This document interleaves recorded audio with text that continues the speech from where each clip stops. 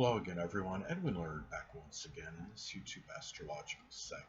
We'll be talking about astrology and the death of the swindler con man, Bernie Madoff. Now, it was reported that he had died in a prison cell due to prison due to natural causes. I saw something though on Wikipedia.org where it stated there was something that had been reported that his attorney had asked for some kind of compassionate release from prison sometime early, I think it was in February 2020, due to some kind of chronic kidney problems.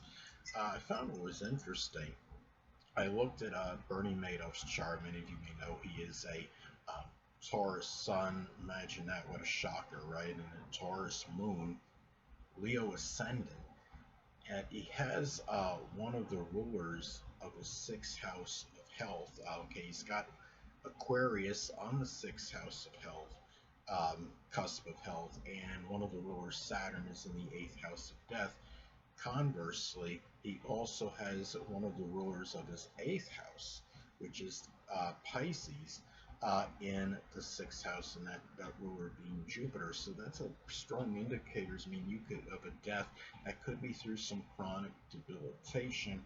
Um, Another thing, too, interestingly, I mean, enough that when I look at this, okay, you know, the seventh house in astrology, we say can correspond as far as anatomically with the kidneys, because the seventh house in astrology is the house of Libra. Now I understand he has Aquarius on the cusp of the seventh house. The ruler, though, one of the rulers of that seventh house is Saturn, and it falls in the eighth house of death. So that could be an indicator that perhaps he died.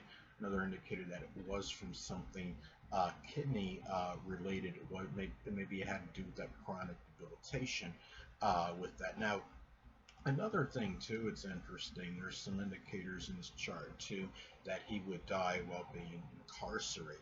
Now, he has the Pisces on the cusp of the eighth house, which could be where you may, I mean, eighth house, of course, is the house of death.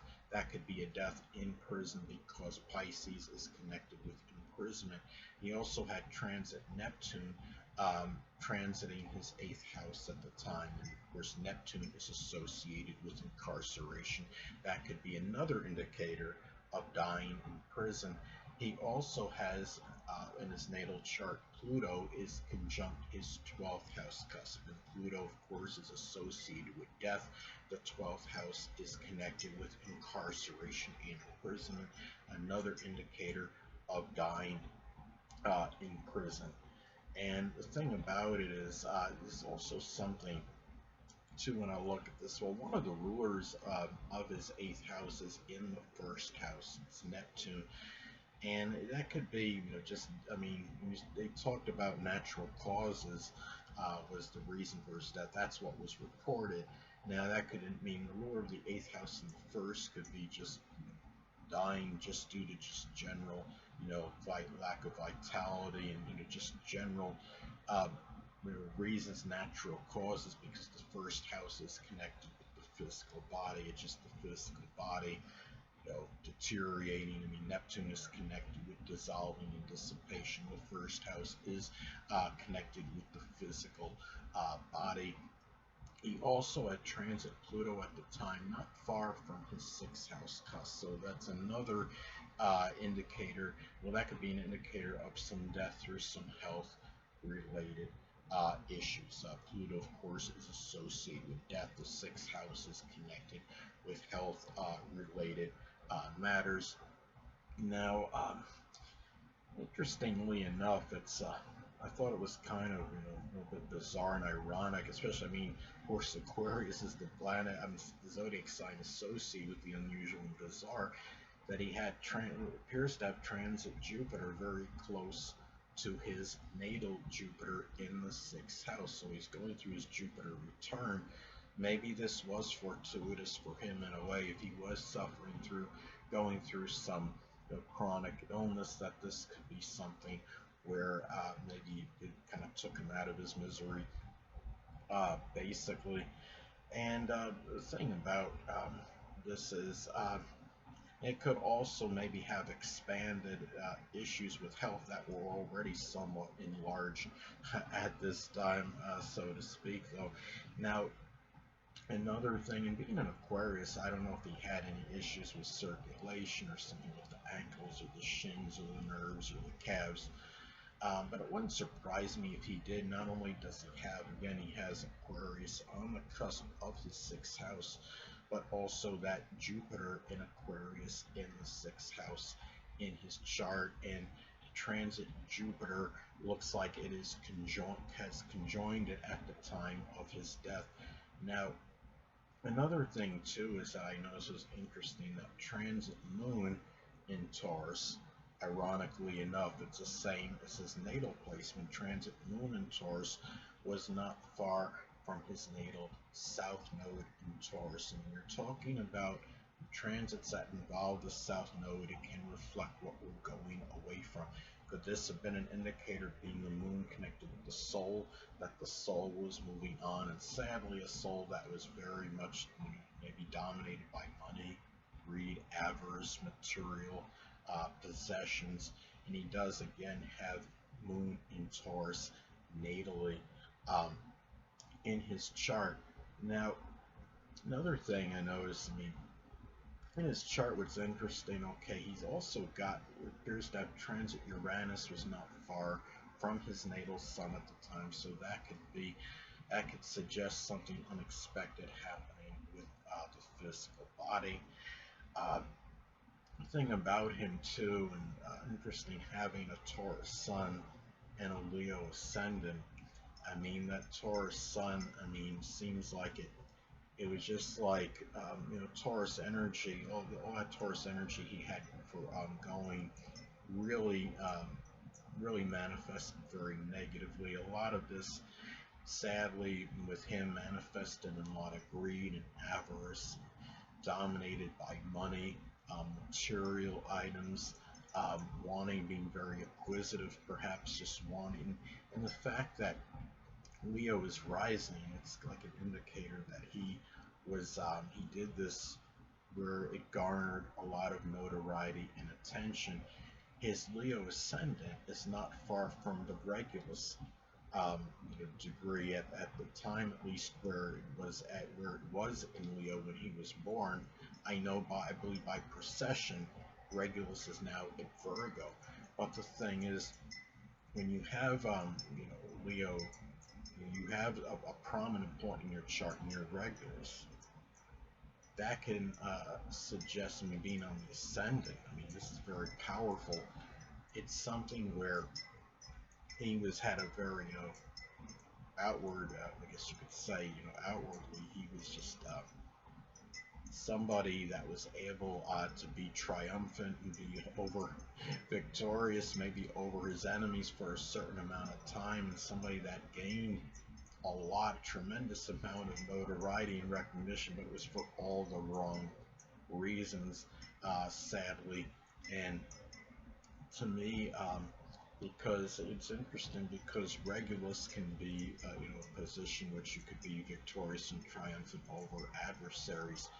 Donald Trump has his ascendant by Regulus, and he seems to get out of things relatively unscathed, but it didn't really, that energy don't seem like it applied to Bernie Madoff for that long, for that long anyway. But it just shows if he had actually, Bernie Madoff had actually used this energy more positively, there's no telling what he actually could have accomplished in his life if he say he did things more ethically.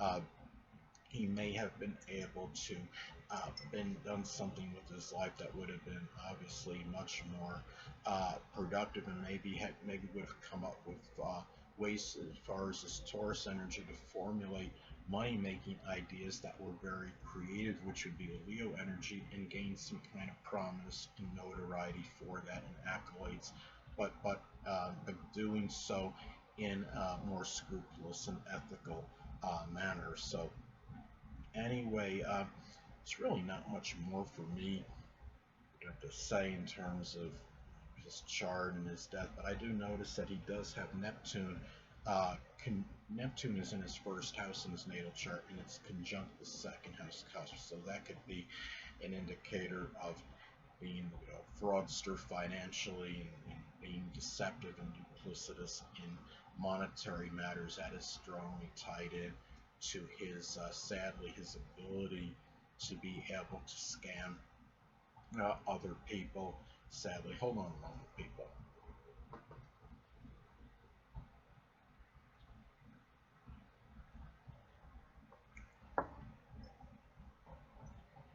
Another thing I noticed too is that looking at his chart as well. Okay, he's got Scorpio on the cusp of his fourth house, and that can tell people who tell about a person at the core. So that could be where you had that manipulative energy, perhaps at the core, and being able to swindle others and do it like in such a surreptitious manner that might have gone on maybe unnoticed for some time.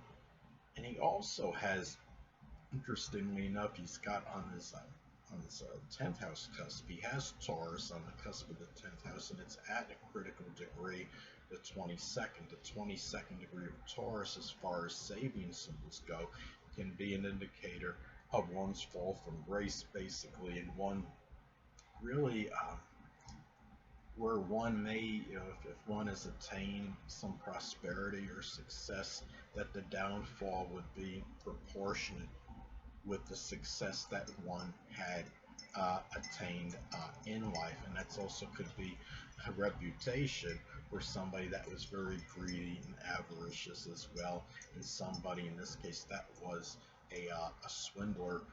Sadly, in his case, he also has Saturn in the 8th house, so that could be an indicator of death through old age, and also was actually, perhaps it was fortuitous for longevity in dying at an older age.